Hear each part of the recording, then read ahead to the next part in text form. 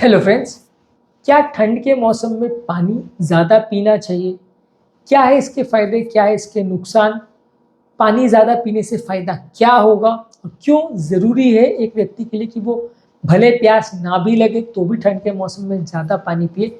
आज इस important issue को डिस्कस करेंगे क्योंकि ठंड के मौसम में हम सब जानते हैं कि बीपी, शुगर, कोलेस्ट्रॉल का कंट्रोल बिगड़ता है, हार्ट अटैक लगते होने का चांस बढ़ता है। तो ऐसे टाइम पे ज़्यादा पानी पीने से क्या फ़ायदा होगा? कैसे वो हमको आने वाली बहुत सारी प्रॉब्लम्स और बीमारियों से बचा सकता है?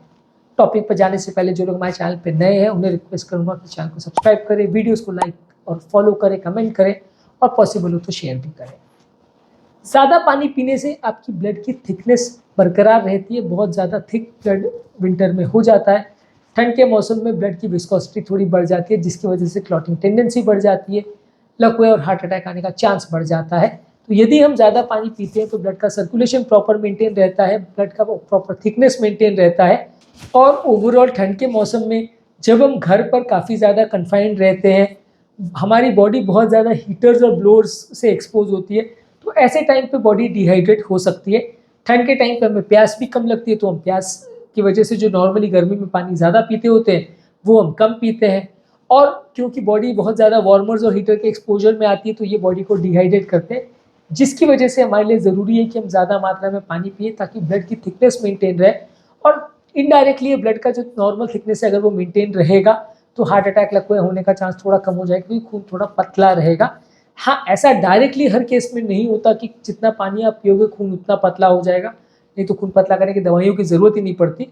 लेकिन हाँ, ये एक इनडायरेक्ट तरीका है अपने खून को क्लॉट होने से बचाने का। जितना ज़्यादा खून गाढ़ा होगा, डिहाइड्रेटेड होगा व्यक्ति, उतना क्लॉटिंग की टेंडेंसी ज़्यादा होगी। जितना ज़्यादा ब्लड में पानी होगा उतना ब्लड सर्कुलेशन, ब्लड फ्लो और सब जगह पे ऑक्सीजन और ग्लूकोज का सप्लाई जो ब्लड नॉर्मली करता है वो काफ़ी बेटर होगा। इसके अलावा ज़्यादा पानी पीने से आपकी बॉडी के इलेक्ट्रोलाइट जैसे कि सोडियम, पोटाशियम वगैरह मेंटेन रहते हैं, जो कि प्रॉपर ब्लड के बनने के लिए और शरीर के काम करने के लिए ज़रूरी है।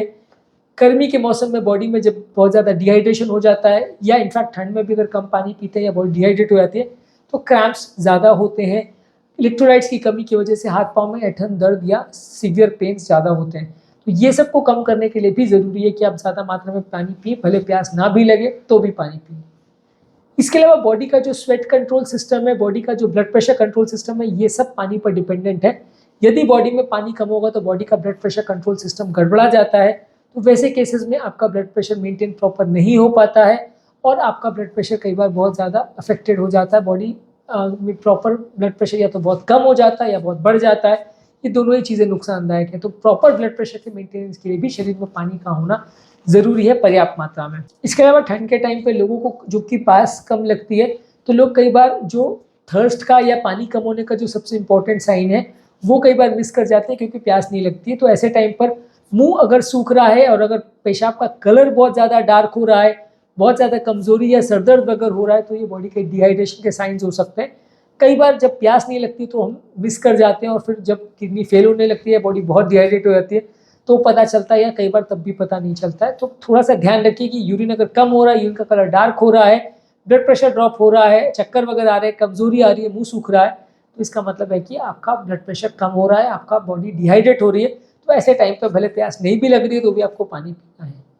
इसके अलावा कई बार ठंड के टाइम पे लोग बहुत ज़्यादा चाय, कॉफ़ी और हर्बल टीज़ वगैरह ज़्यादा लेते हैं, जो कि ठंड के टाइम हमें गर्म रखने में मदद करते हैं।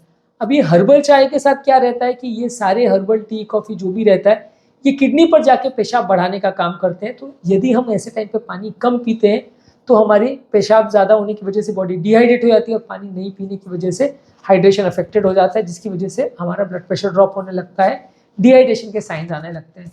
तो चाय, कॉफ़ी वगैरह आप ज़्यादा पी रहे तो आपको ऐसा लगता है कि आप प्रवाही या तरल पदार्थ ले रहे हैं, लेकिन इफेक्टिवली वो आपकी बॉडी को डिहाइड्रेट करती है।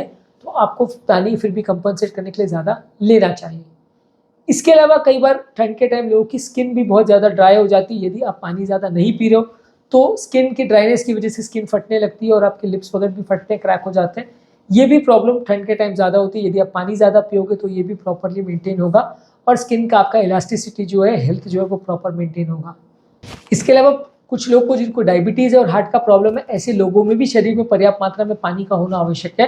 पानी की कमी ऐसे लोगों में भी थोड़ा डेंजरस हो सकती है, खासकर ठंड के मौसम में जब वैसे ही शुगर बढ़ने का टेंडेंसी ज़्यादा है क्योंकि कैटेकोलिमिन ज़्यादा है, या हार्ट अटैक होने का चांस ज़्यादा है क्योंकि बॉडी में स्ट्रेस हार्मोन ज़्यादा है।